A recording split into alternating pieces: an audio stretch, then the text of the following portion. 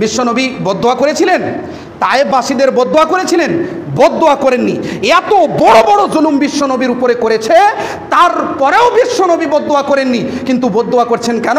আসরের নামাজ সময় মতো আদায় করেনি, তাই কাফেরদের বিরুদ্ধে বদদোয়া করে দিলেন। এখন বলেন, যিনারা 5 ওয়াক্ত নামাজই আদায় করে না, তাদের অবস্থা কি হবে? তাদের পরিস্থিতি কি হবে? বিশ্বনবী মুহাম্মদুর রাসূলুল্লাহ সাল্লাল্লাহু আলাইহি ওয়াসাল্লাম যুদ্ধের ময়দানে ছিলেন, সাহাবীরাও যুদ্ধের ময়দানে ছিলেন। তো যুদ্ধটা হয়েছিল আহজাবের যুদ্ধ। এই যুদ্ধে কাফেরদের সাথে লড়াই হচ্ছিল। তো লড়াই করতে গিয়ে বিশ্বনবী এবং সাহাবীদের আসরের সালাত ছুটে গিয়েছিল। পরে বিশ্বনবী ও সাহাবী আদায় করেছিলেন মাগরিবের পূর্বে, অর্থাৎ আসল সময়ে সালাত আদায় করেননি।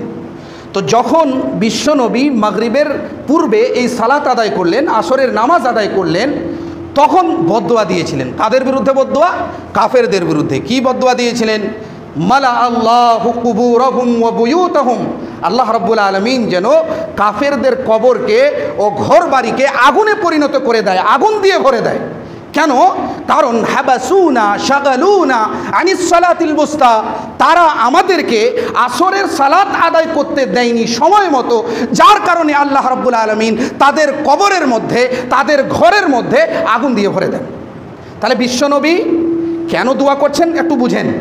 আসরের সালাত ছুটে গেছে, সাহাবীরা কোনোদিন নামাজ ছাড়বেন না, মুনাফিকেরা তো ছাড়বে, সাহাবীরা কোনোদিন ছাড়বেন না, বিশ্বনবী ছাড়বেন না। সময়টা শুধু পায়নি, সময় মতো আদায় করতে পারেনি, তাই বিশ্বনবী বদদোয়া করে দিচ্ছেন কাফেরদের বিরুদ্ধে। আচ্ছা বলুন তো, হামজা রাদিয়াল্লাহু আনহু সাইয়্যিদুশ শুহাদা, জিনার কর্ণকে, জিনার চোখকে, শরীরকে বিভিন্নভাবে কেটে দেওয়া হয়েছিল, হামজা রাদিয়াল্লাহু আনহুর খবর পেয়ে বিশ্বনবী কি বদদোয়া দিয়েছিলেন? বিশ্বনবী বদদোয়া দেননি। আচ্ছা চলে যান হিন্দা। বলা হয়ে থাকে, যদিও এটার ব্যাপারে দুর্বল রিওয়ায়াত বলা হয়ে থাকে মতান্তরে, যে হিন্দা হামজা রাদিয়াল্লাহু আনহুর কলিজাকে চিবিয়ে চিবিয়ে খেয়েছিলেন, এ কথা বলা হয়ে থাকে, যদিও এটা ঠিক নয়। কিন্তু বিশ্বনবী কি তার বিরুদ্ধে বদদোয়া করেছেন? হামজা রাদিয়াল্লাহু আনহু সাইয়্যিদুশ শুহাদা, উনাকে এভাবে নির্মমভাবে হত্যা করা হলো, এই খবর শোনার পরে বিশ্বনবী কি বদদোয়া করেছিলেন? বিশ্বনবী বদদোয়া করেননি। আচ্ছা চলে যান তায়েফের ময়দানে। তায়েফের ময়দানে বিশ্বনবী যখন গিয়েছিলেন, তখন পাথর দিয়ে কাফেররা বিশ্বনবীর আঘাত করেছিল, বিশ্বনবীকে আঘাত করেছিল, আর রক্ত এমনভাবে বয়েছিল যে জমিনের মধ্যে রক্ত জমাট বেঁধেছিল।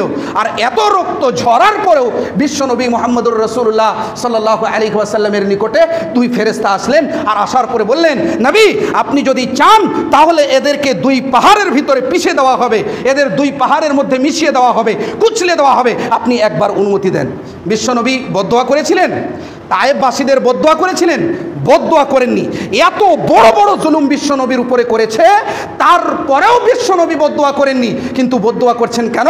আসরের নামাজ সময় মতো আদায় করেনি, তাই কাফেরদের বিরুদ্ধে বদদোয়া করে দিলেন। এখন বলেন, যিনারা 5 ওয়াক্ত নামাজই আদায় করে না, তাদের অবস্থা কি হবে? তাদের পরিস্থিতি কি হবে? আবারও শেষবার যে বাক্যটা বলে দিয়ে আমি আমার বক্তব্য ইতি করব, নামাজ আদায় করতে ভালো লাগছে না, মানে মন করছে না, যাব সময় দিব, এগুলো ভালো লাগছে না তো? তাহলে দিনের মধ্যে 5 মিনিট একটা সময় নির্ধারিত করুন। নির্ধারিত করার পরে কবরের কথাগুলো মনে করুন। আল্লাহর কসম বলছি, আল্লাহর কসম বলছি, আপনাকে নামাজি হতেই হবে, হতেই হবে।